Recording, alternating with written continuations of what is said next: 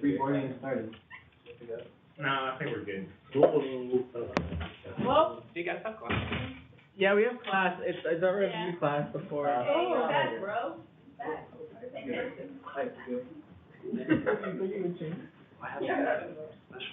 Oh, wait, who's in the spelling bee? No.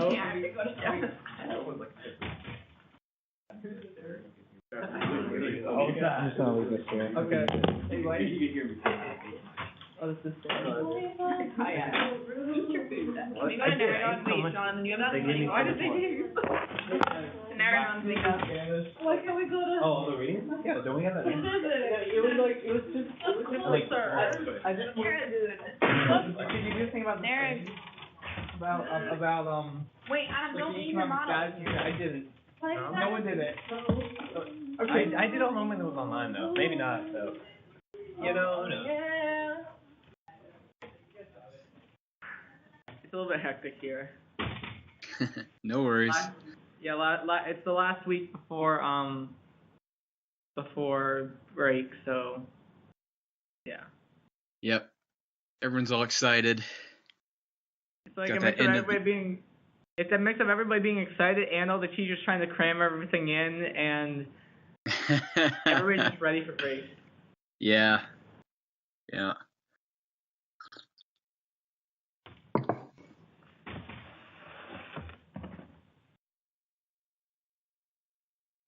Over here for Urban. It's not mine. It's yeah, the group did. They made these CAD modeling software and then 3D printed them. Awesome. Where are you guys?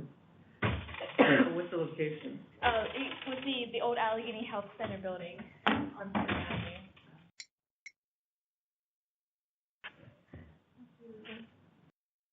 We also had like a visual tutorial of the CAD modeling, and so it was like you're going through the building.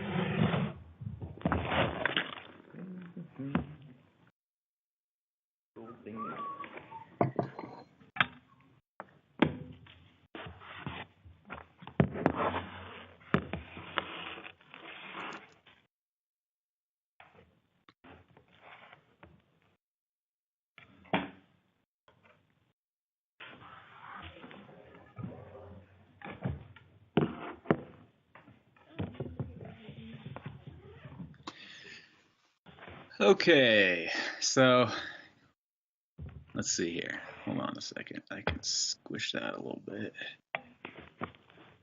Yeah. There we go.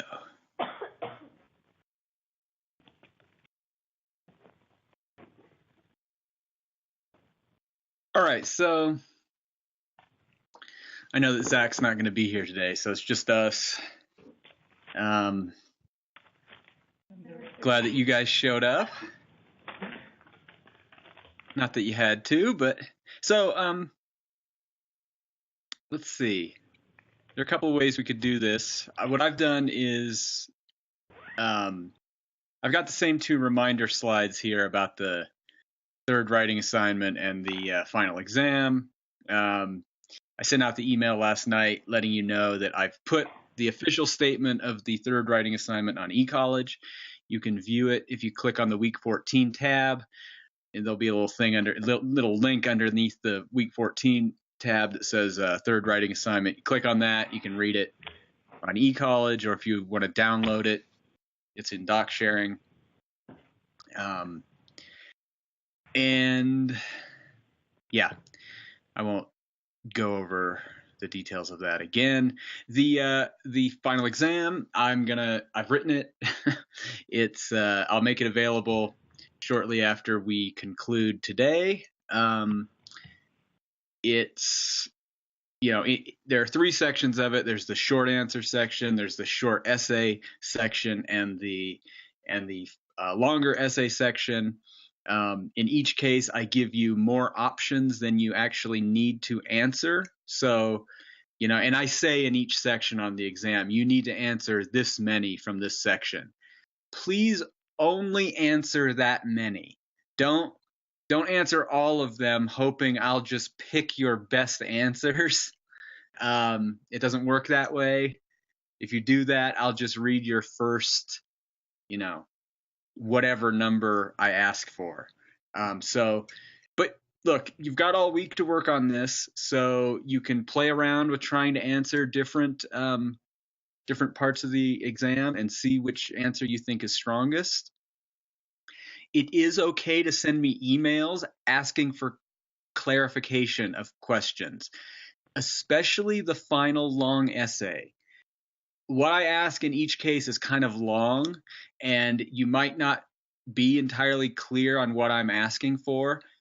Don't hesitate to send me an email to ask for clarification. I have no problem answering those sorts of questions. Okay. Content-wise, then I'm not going to be able to help you out, but I certainly am willing to clarify what it is that I'm asking, especially for those final essays, which, they're a little different from what you've done so far, and I hope you enjoy them. I try to ask you questions that allow you to think about a topic, hopefully in a new way, drawing upon stuff that we've talked about throughout this semester. And one of the questions even kind of goes into the topic for next semester, but I'm giving you a chance to sort of speculate about that a little bit.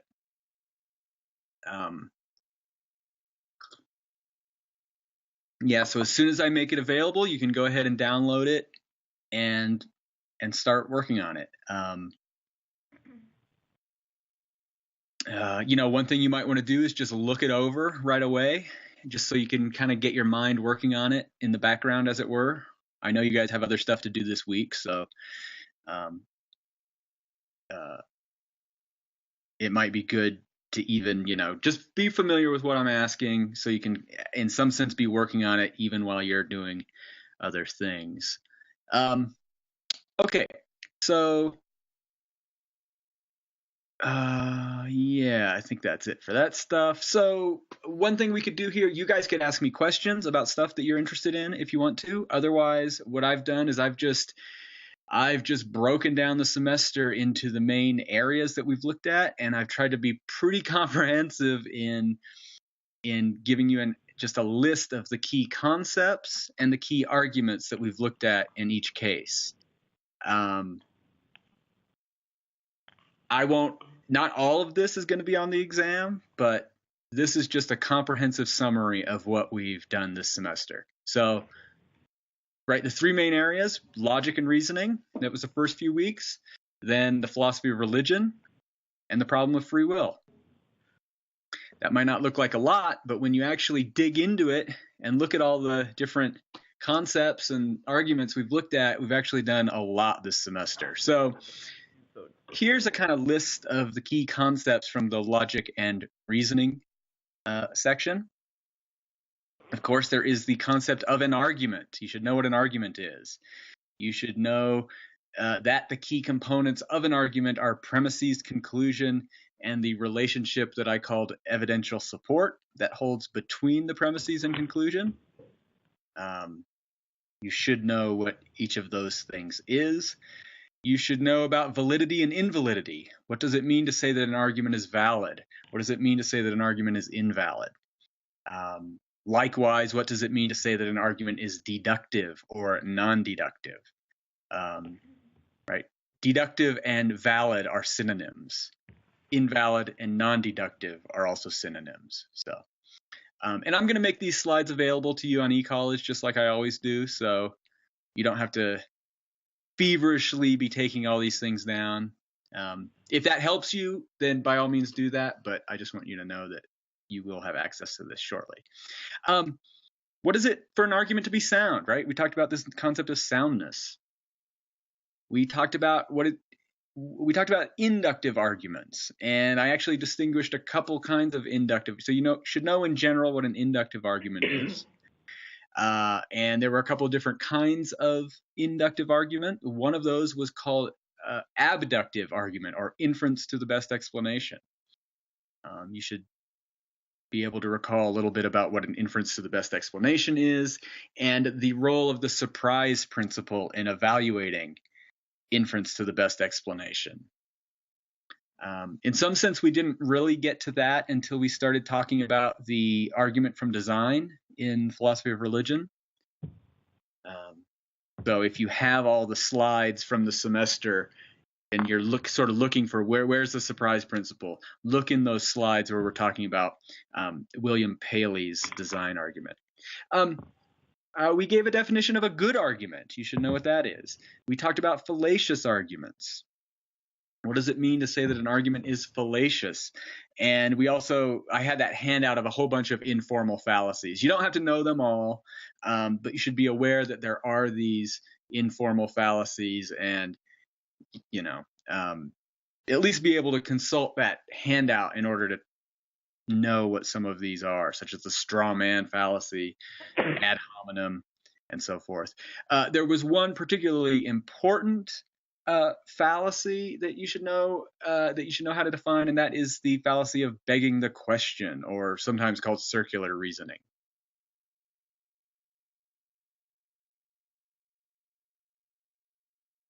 Okay, I think that's pretty much it for the key concepts from that section. So then we went on to the philosophy of religion, and yeah. Can we go back to the previous slide? Yep. Quick question.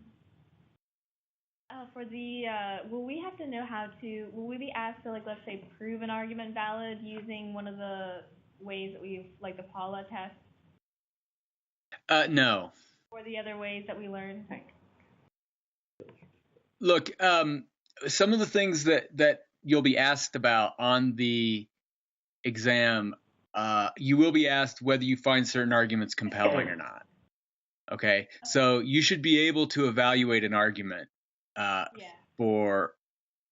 you should be able to tell whether an argument is invalid and explain why it's invalid. Explain why. Got it. But we don't necessarily have to use the Paula or the other test. No. Okay. No. Just make sure. Otherwise, I was going to ask about that. So. Yeah.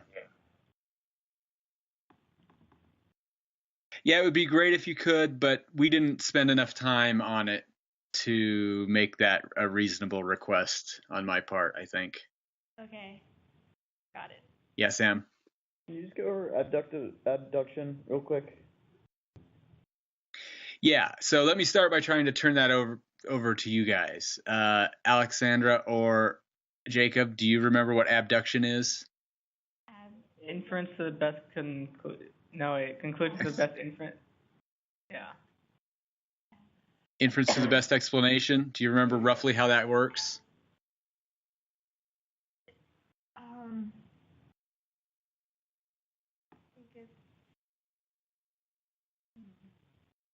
No, it's somewhat like an inductive reasoning, right? Somewhat. Yeah, it's a form of inductive reasoning. Yeah. Right. Where, like, it's not valid, but it's almost valid. I don't know. Does that even make It can be. They can be strong. They can be stronger or weaker. Yeah. So, inference's best explanation occurs when you've got some fact that you're interested in. Like, remember the example of the crop circles? Oh yeah. Right. There's this pattern of circles in my crops. Well, and then what you do is you imagine a number of different possible explanations for that fact. One was that aliens visited Earth and left this as a sign that they visited. But then teenagers have a better explanation that's more believable. Right. So, but, like, in theory, the teenagers and the aliens have the same chance of happening, right? But teenagers is more you can explain it better, right? Maybe. Well, yeah. So there were a number of different. It can be very tricky to evaluate explanations. But so first of all, what you do is you come up with a number of different possible explanations, and then you infer that the best one, whichever of the explanations is the best, that's the one that you infer is true. That's the thing that happened. Okay, so the conclusion of an abduction or an inference to the best explanation is whichever explanation you think is most plausible. Okay, now it can be tricky trying to decide which is the most plausible because, right, Jacob, in some sense you might say that in some sense these are equally possible explanations, the aliens and the children, but the teenager hypothesis is more plausible because it requires less, as it were, drastic assumptions, right? There are all kinds of problems with the assumption that aliens would first, that they visit the Earth and that this is the only thing that they would leave behind. Whereas there aren't those sorts of problems with the teenager hypothesis. The surprise principle can work here, right? The surprise principle tells you that one hypothesis is a better explanation than another when the observation in question would be less surprising given that hypothesis. Right? It'd be pretty surprising if aliens visited Earth and the only thing that they left for us were these crop circles.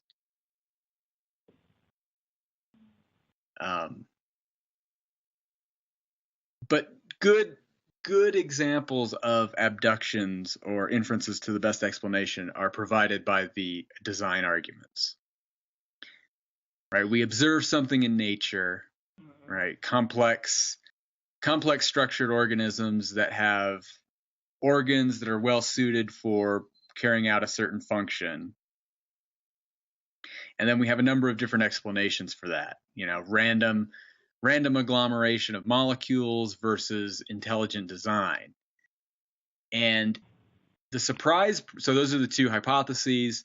The claim is that the best explanation in this case is intelligent design. And the surprise principle supports that because it would be very surprising to find organisms as highly complex and structured and goal directed as we are if the random agglomeration of molecules hypothesis were true. Whereas it's not surprising to find what we find if the hypothesis of an intelligent designer were true. Now, of course, things change when you bring in Darwin, but so that's one good thing to realize about inference to the best explanation is that if you're only given the choice between two certain hypotheses, it may be clear which one is the stronger one, but the circumstance changes, and that may no longer be the best explanation when you have new explanations that come to the fore. So. Jacob? Yeah, I was just gonna say something about that because who was the guy? I don't remember his name who introduced like the whole other possible universes. That was like another option that could have been more plausible and. Right. So you're thinking of the global argument from design that Van Inwagen talked about. Yeah. Yeah. That was me. Okay. Other questions about this slide?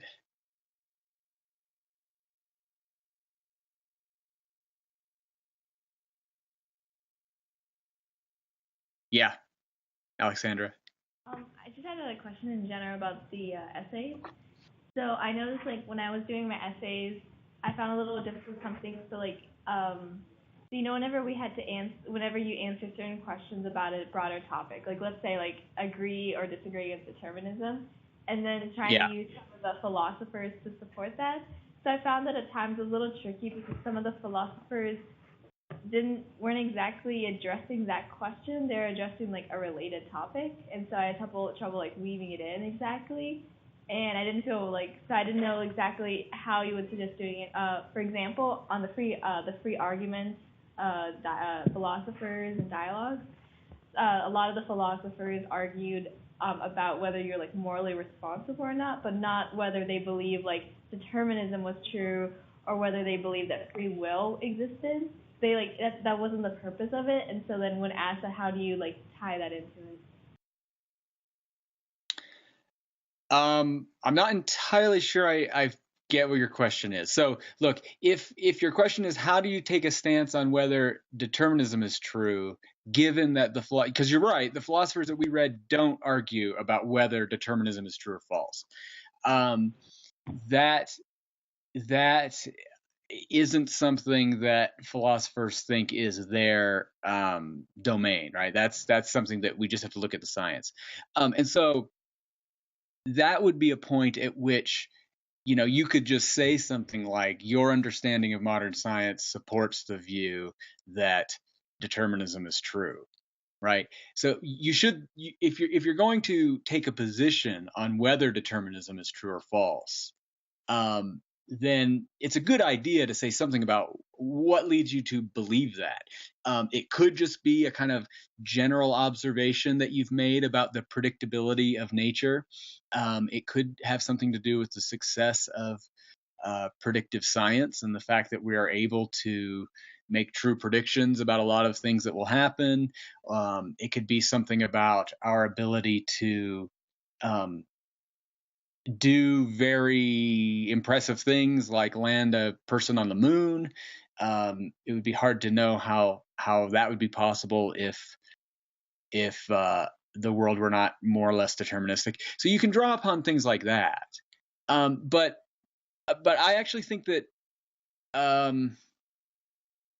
and look, do you think that we're free? Right? You can appeal to your own experience. You can appeal to how it is that you think about yourself. Yeah. Exactly. I mean, like, let's say a prompt was like, "Are we free?" or something like that. So of Right. course I have my own ideas, but I feel like it would be stronger if I could use a philosopher's point of view as well to support it.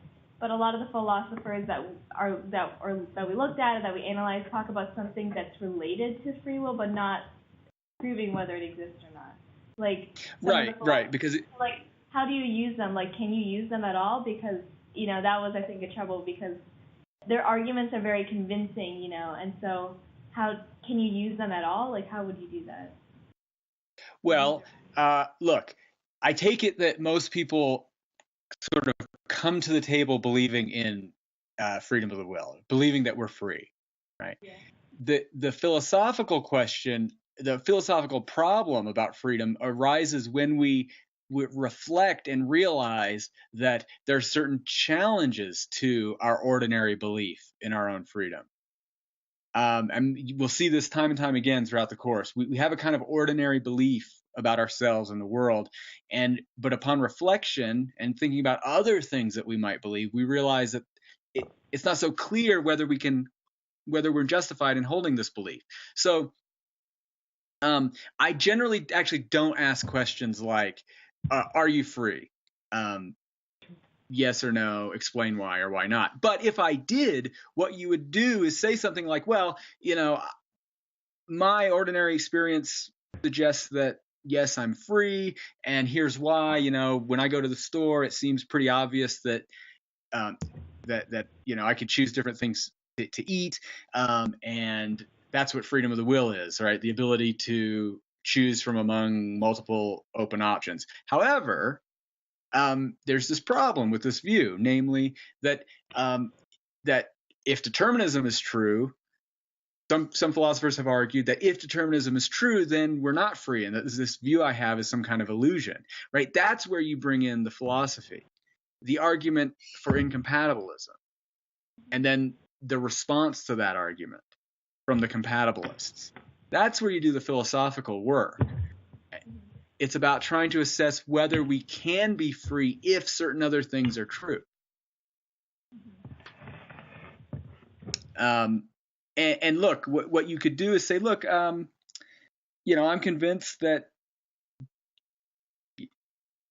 Peter Van Inwagen has shown that, and you could talk about his argument, that if determinism is true, then we're not free. But it seems so obvious to me that I'm free that I must deny that determinism is true, right? Determinism looks true in a lot of cases, but when it comes to human beings, I don't believe determinism is true. Now you face another problem, namely how to explain how you could be free if determinism is false, right? That's the problem that philosophers like Roderick Chisholm and Robert Kane, that's where their work comes into play. Okay. Right? Chisholm gives one. Yeah. That definitely helps a lot. I was thinking along the lines of, let's say, like, I was arguing for, let's say, free will, and I wanted to use some philosophers to back it up, and I wanted to use, let's say, Frankfurt's idea. But right. I'm going to say something like, I believe free will is free, and these are some philosophers that support it. But the problem is that, like, Frankfurt doesn't say if he believes free will is real or not. He talks about whether you're responsible or not, and that doesn't, like, directly relate or support. So then... Well, then what you would do is you might say, well, I think that moral responsibility is or is not a precondition for freedom of the will. See, there's a way to work from what they're talking about to what it is that you're interested in by thinking about the conceptual relationships between what you're interested in and what they're talking about. So, for instance, many people have thought that freedom of the will is a precondition for moral responsibility, in the sense that you can't be morally responsible for something if you didn't perform that action freely. So, like, wouldn't that be getting you, like, off topic from the prompt of if there's free will or not? That's like my concern. So it would get you not as long as you are connecting it back, right? So look, here's a way to do it. The topic is freedom of the will. You start talking about Harry Frankfurt, and you say, look, I buy Frankfurt's argument that you can be morally responsible for what you've done, even if you couldn't do otherwise. But then I also think that you can't be morally responsible for something unless you're free. So I must have to accept that you can be free, that you can freely perform some action even if you couldn't do otherwise. That's what you have to believe if you think that Frankfurt's argument works and you think that a precondition for being morally responsible is that you're free. Okay, got it. Thank you so much. Thank you. Yeah, no, of course.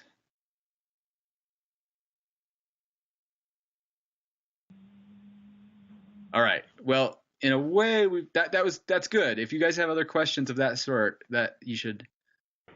Oh yeah, wait. I just have a quick one. Yep. Are we able to Yep. cite outside if there's something in our paper that we could cite outside resources, like something that we didn't learn in class?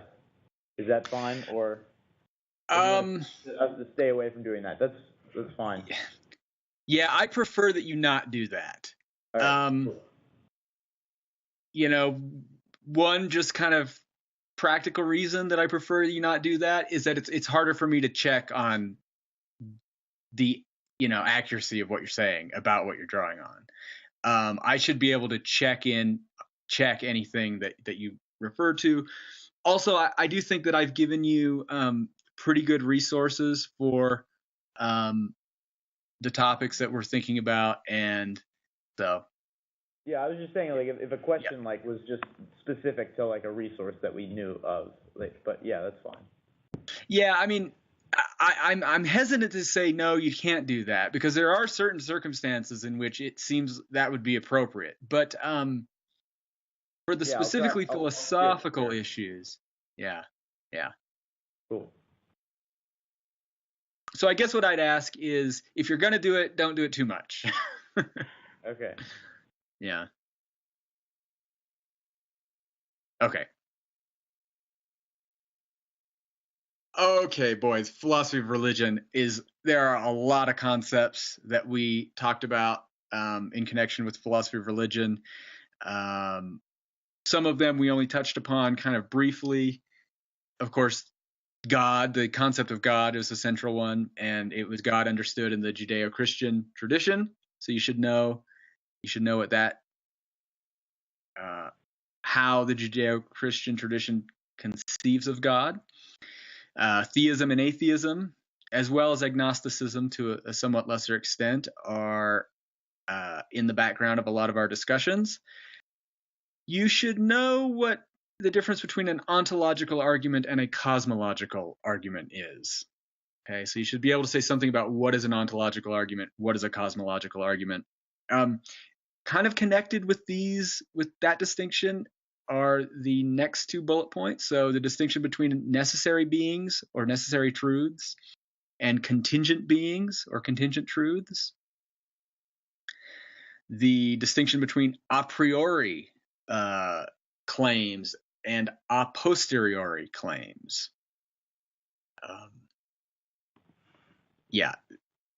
That distinction is definitely related to the distinction between an ontological and a cosmological argument.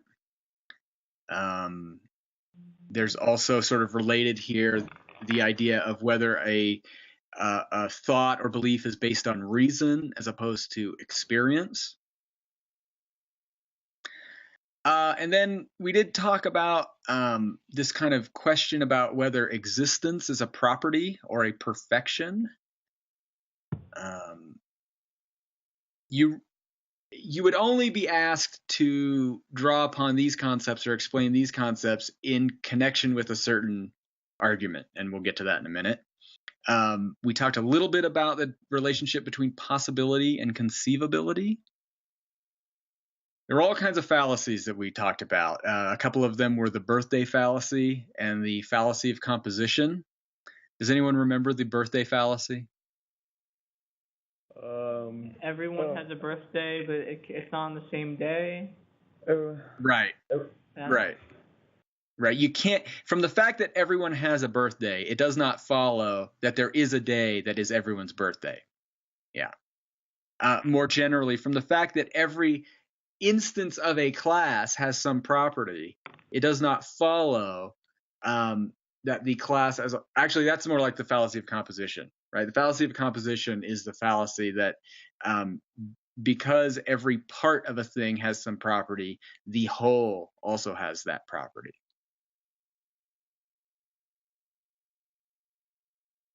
Okay, we talked about the relationship between cause and effect. And in particular, we thought about finite versus infinite chains or series of cause and effect, or finite versus infinite series of things in general. There was some discussion of this thing called the principle of sufficient reason. What is this? What is the principle of sufficient reason? Do you need enough sufficient reason to make a claim? I don't know. That's a good guess. You might, well, Sam or Alexandra, do you recall the principle of sufficient reason? No. I don't remember, but is it something like you need enough reason to support some sort of claim? I just said that. Oh, you did? Sorry. Yeah.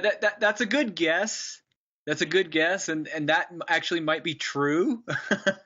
But in this context, the principle of sufficient reason is the principle that everything that happens, for every fact, there is a complete, satisfying explanation for that fact, reason why that fact is so. Yeah. I remember. That gets used in one of the cosmological arguments. Well, no, all of them use it somewhat, right, to an extent. That's interesting. Well, at least like the ones that we covered, I'm trying to. So, like, Anselm's, all of them do that cause and effect thing, and they all need that cause, which could be God, sort of. Yeah, those are the cosmological arguments. Yeah. Yeah, maybe. Well, and the second way, the one from cause and effect, does rely on the principle that nothing comes from nothing. And you might think of that as an instance of the principle of sufficient reason. Yeah, it might be a stretch, but. Yeah. Okay. We talked about purpose, teleology, and design.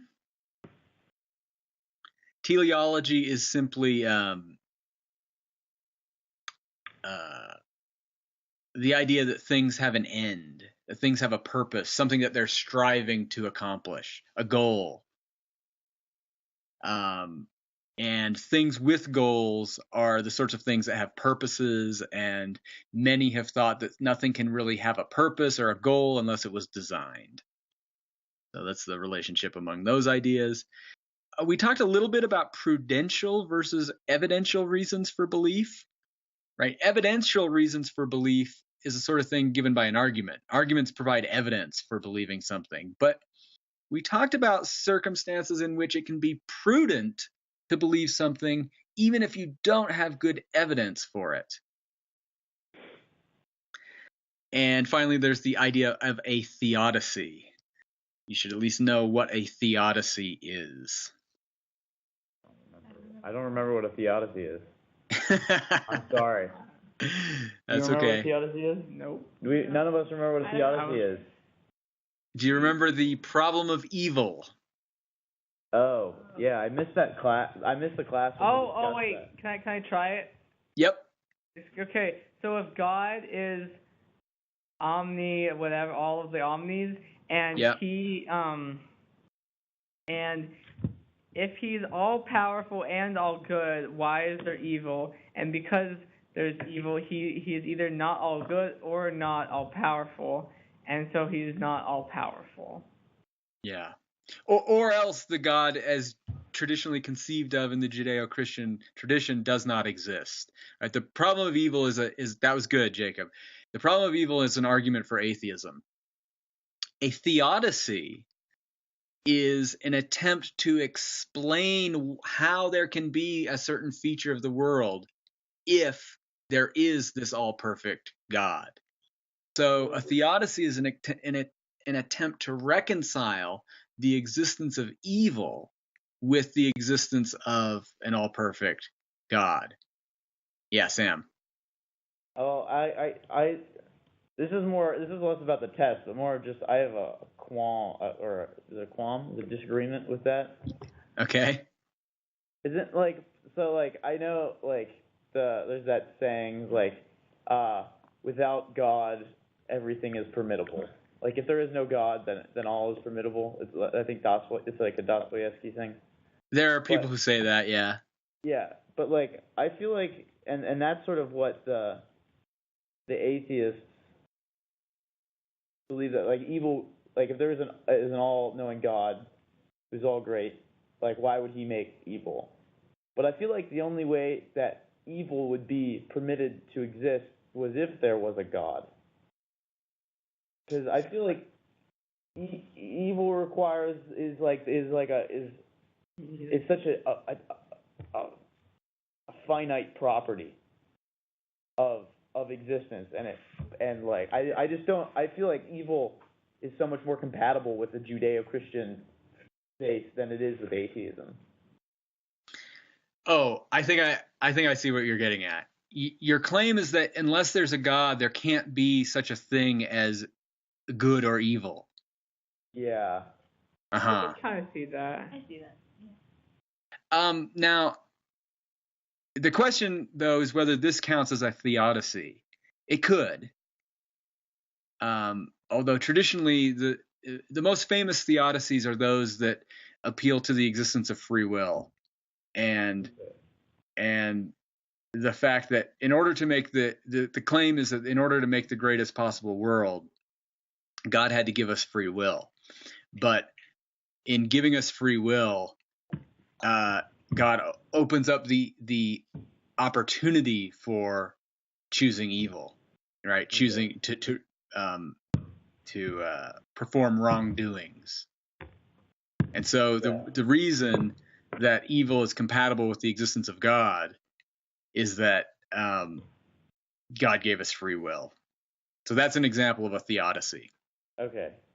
Now, so Sam, I mean, your thought is interesting. I think we'll explore that view when we talk about ethics, about the relationship between moral qualities and the existence of God.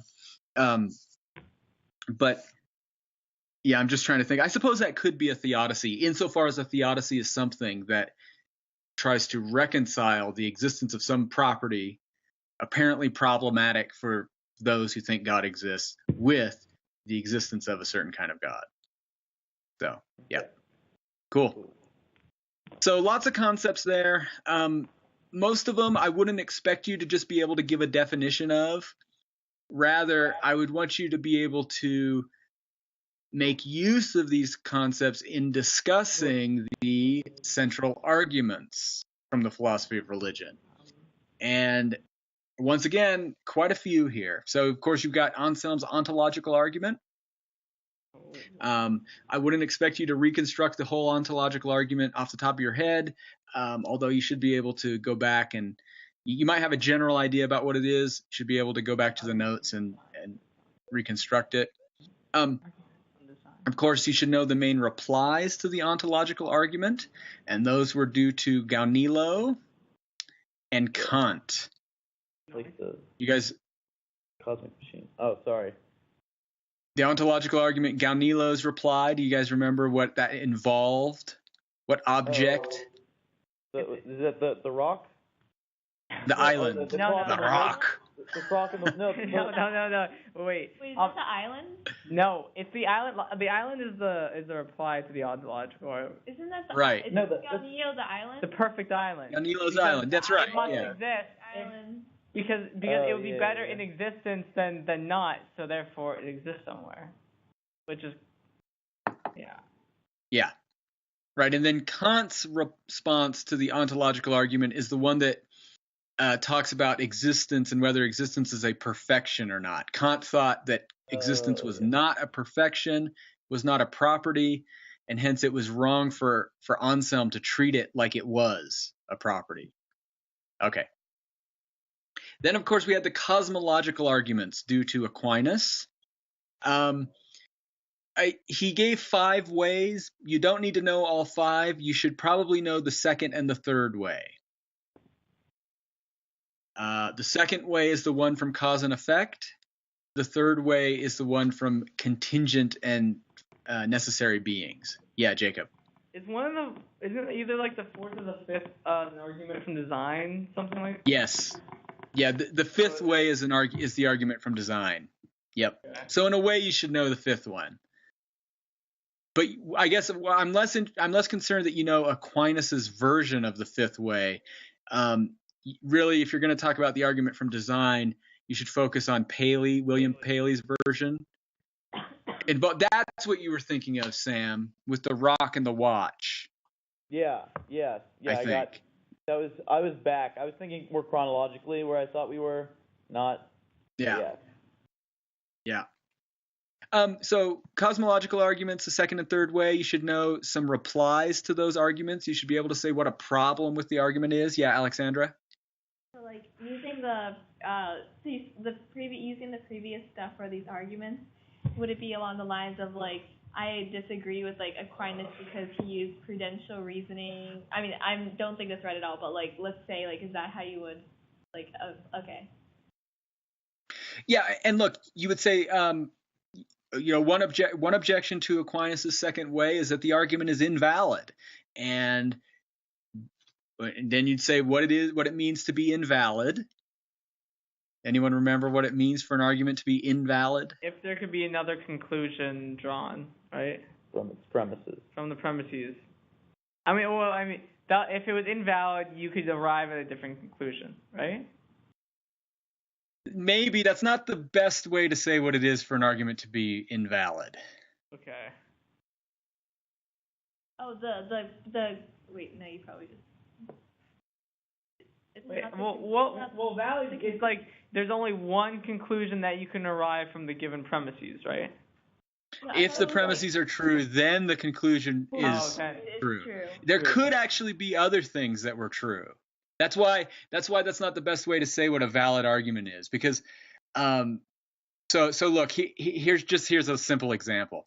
If I give you a valid argument for the conclusion that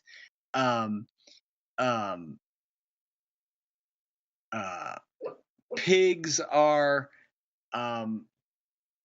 a state. I don't know why I'm having a hard time coming up with some random conclusion.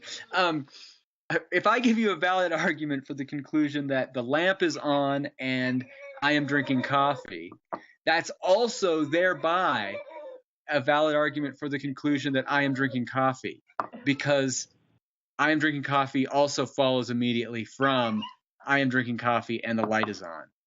So it's not that there's only one conclusion.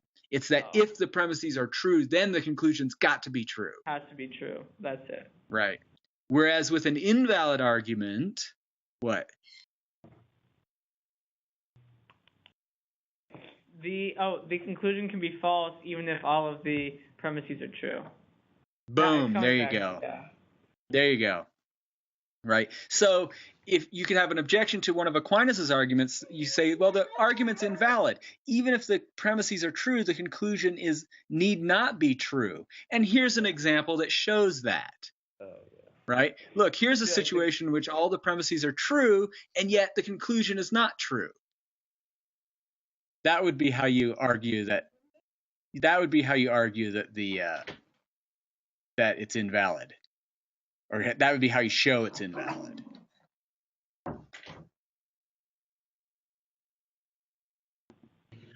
Or you could say that maybe the argument's valid, but it's not sound. Which would mean what? It's valid, but not sound. Yeah, it has fallacies, or it's not, right?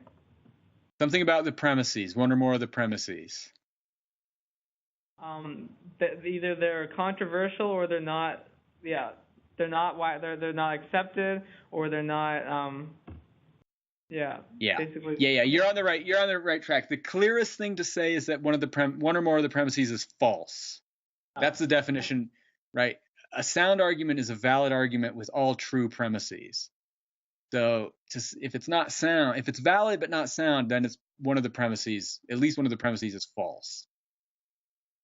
Now, often we use controversialness as kind of an indicator of falsehood, but it's not strictly speaking the same thing. There can be truths that are controversial. Okay. So then if your point was that, well, the problem with one of Aquinas's arguments is that it's not sound, you could support that by saying, well, one of the premises is false, and here's why I think it's false.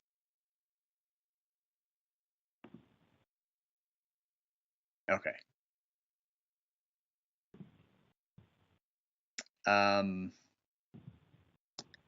Yeah, normally when you say that an argument commits a fallacy, that you're saying that it's invalid. Okay. That the conclusion does not follow from the premises. Okay. All right. Yeah, so we looked at several responses to cosmological arguments. We had the reply from that guy Martin, who summarizes a number of objections.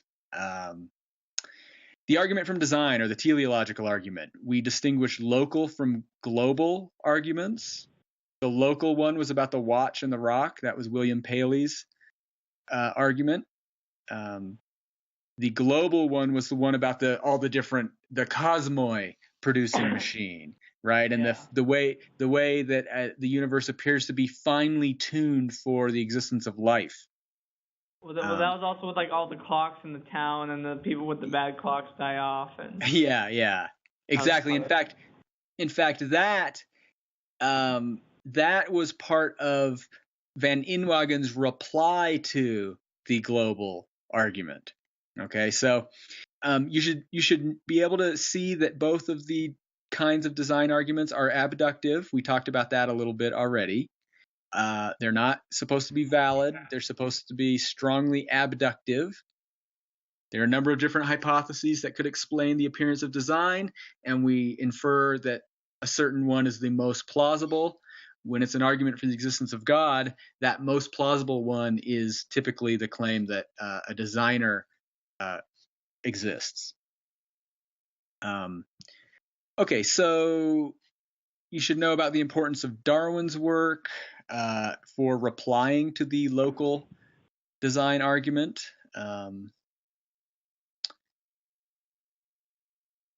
Okay, and then Pascal's wager. You should know roughly what Pascal's wager is.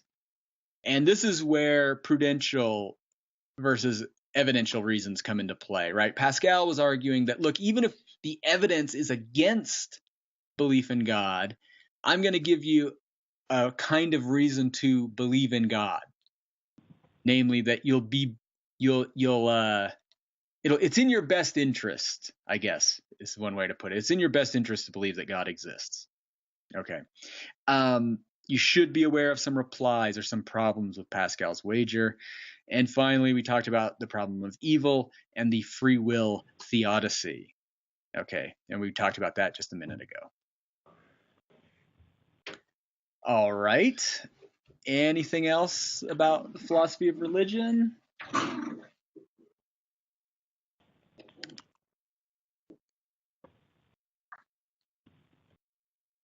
Good.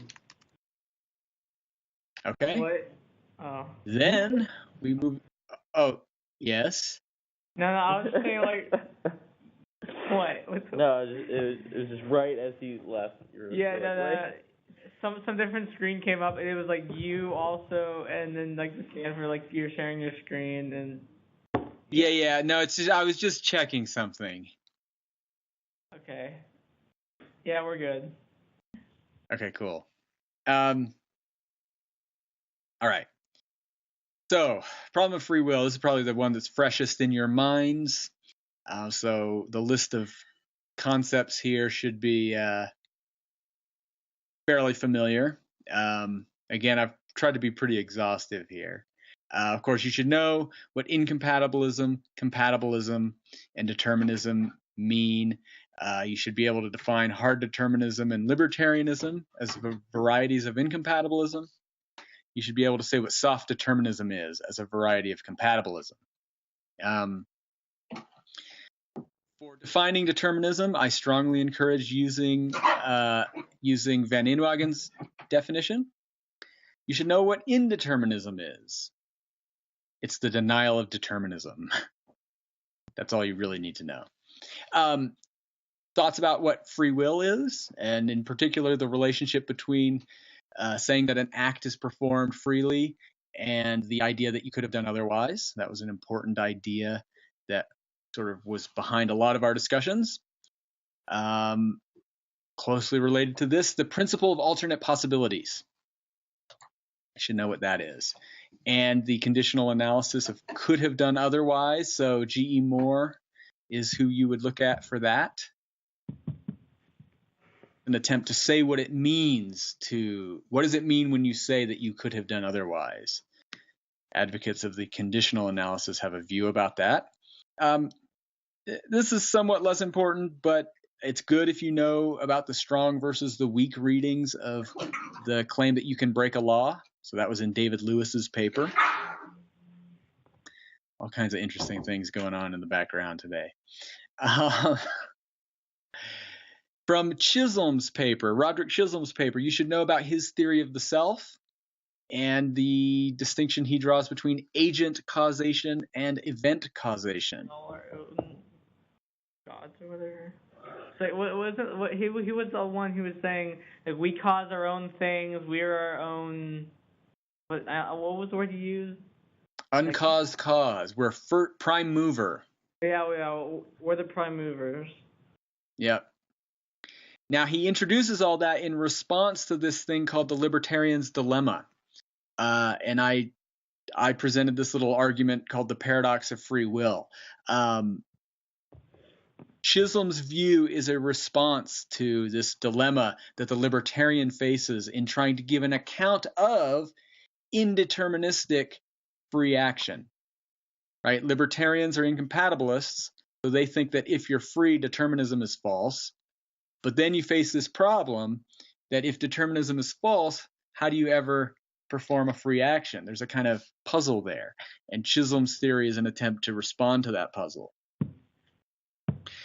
Of course, Kane identifies something called the luck principle, and he says it's at work in this statement of the libertarian's dilemma.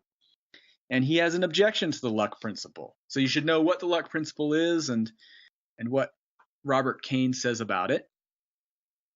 And these next two ideas were at play in a lot of the compatibilist literature that we looked at, in particular Dennett's paper and A.J. Ayer's paper. Compatibilists talk about constraints and how they threaten freedom, and how what the relationship between being determined to perform some action and being constrained in performing some action. Compatibilists sort of famously argue that determinism does not imply that you're constrained, and they have a list of common constraints on action, and what is it about those constraints that the compatibilist thinks takes away freedom. Dennett, you should know his account of control and how it applies to the self, right, to make you a self-controller. And finally, we looked at a number of ideas about moral responsibility in Frankfurt's paper, and a little more clearly in Galen Strawson's paper.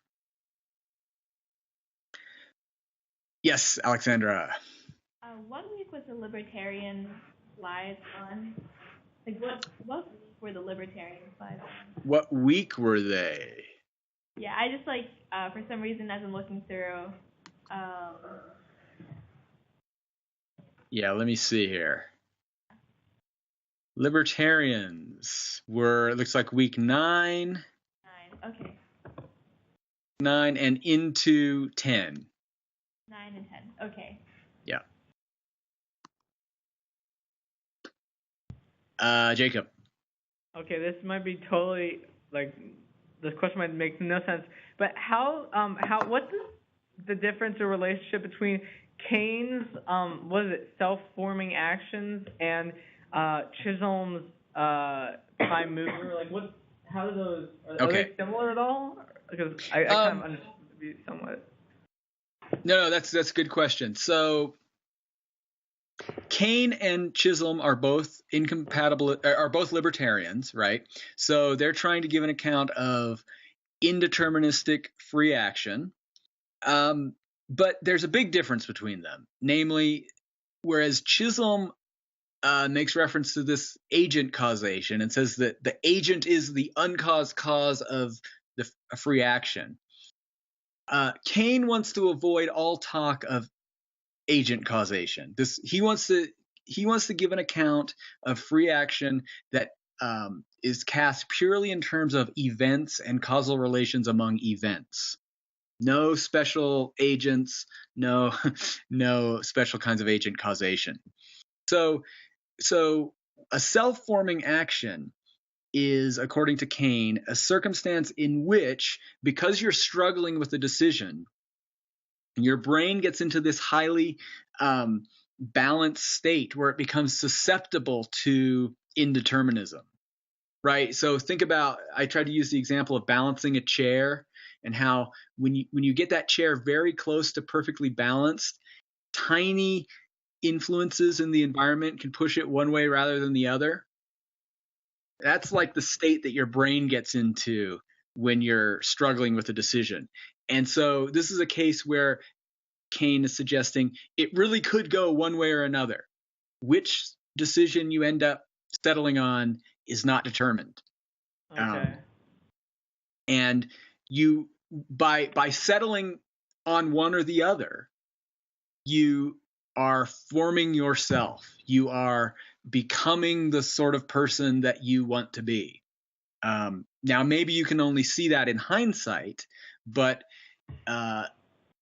Kane thinks this is an important moment in which you bring about the sort of person that you're going to be in the future, and it could have gone one way or the other. So the thing that's similar in them is that they are both cases where it could go one way or another, right? It's not determined which is going to happen. Okay, it's like it's not determined, but it's like how the decision is made is where they differ, basically. Yeah, and in the case of in Chisholm, the self is uncaused in bringing about action. Oh, but like for the chair, it's just like a slight thing tips it one way or the other. So that Yeah, right. There's still a cause, but it's not a deterministic cause. okay. I have a question about are we gonna ever read any Hume or Nietzsche? Hume, yes. Nietzsche, maybe. Okay. It depends on the topic. There used to be Nietzsche in this course, but at least for now, I've dropped that reading. But depending on interest, I could reintroduce it. But yeah, Hume. We could have read Hume in connection with freedom, but we'll read Hume in self stuff, right?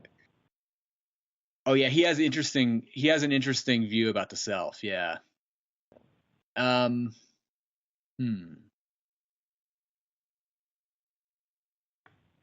Yeah, we'll see if we can work that back in next semester in the philosophy of mind stuff.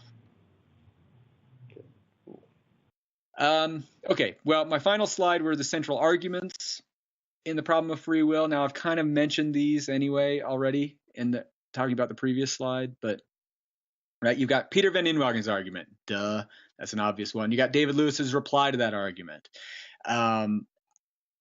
Whether you really understand David Lewis's reply is, I'm not too worried about that. It's a difficult thing to understand. So I've talked already about the libertarian's dilemma and the paradox of free will, and how Chisholm's view is supposed to be a solution to that dilemma. So then, of course, there's the luck argument that Robert Caine talks about, and the role of the luck principle in that argument, and what Robert Caine thinks about that argument. You should know a little bit about how the compatibilist goes about making the case for his position. Right? A.J. Ayer's paper is a good example of that. I've already mentioned what does the compatibilist think about the role of constraints in removing freedom, and what does determinism say about whether constraints are present or absent. You should know the conditional analysis of could have done otherwise, and how that is supposed to reconcile freedom and determinism. That's G.E. Moore's paper. And Ayer's paper talks about that a little bit. What do incompatibilists think about the conditional analysis of could have done otherwise? Nagel and Chisholm both talk about that. You should know Dennett's account of control and how he uses that to try to argue for compatibilism. Frankfurt's argument about the principle of alternate possibilities, and what some people have thought about that.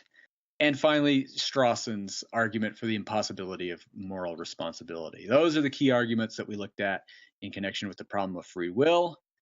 And that's a pretty exhaustive list of what we covered this semester. That's a lot.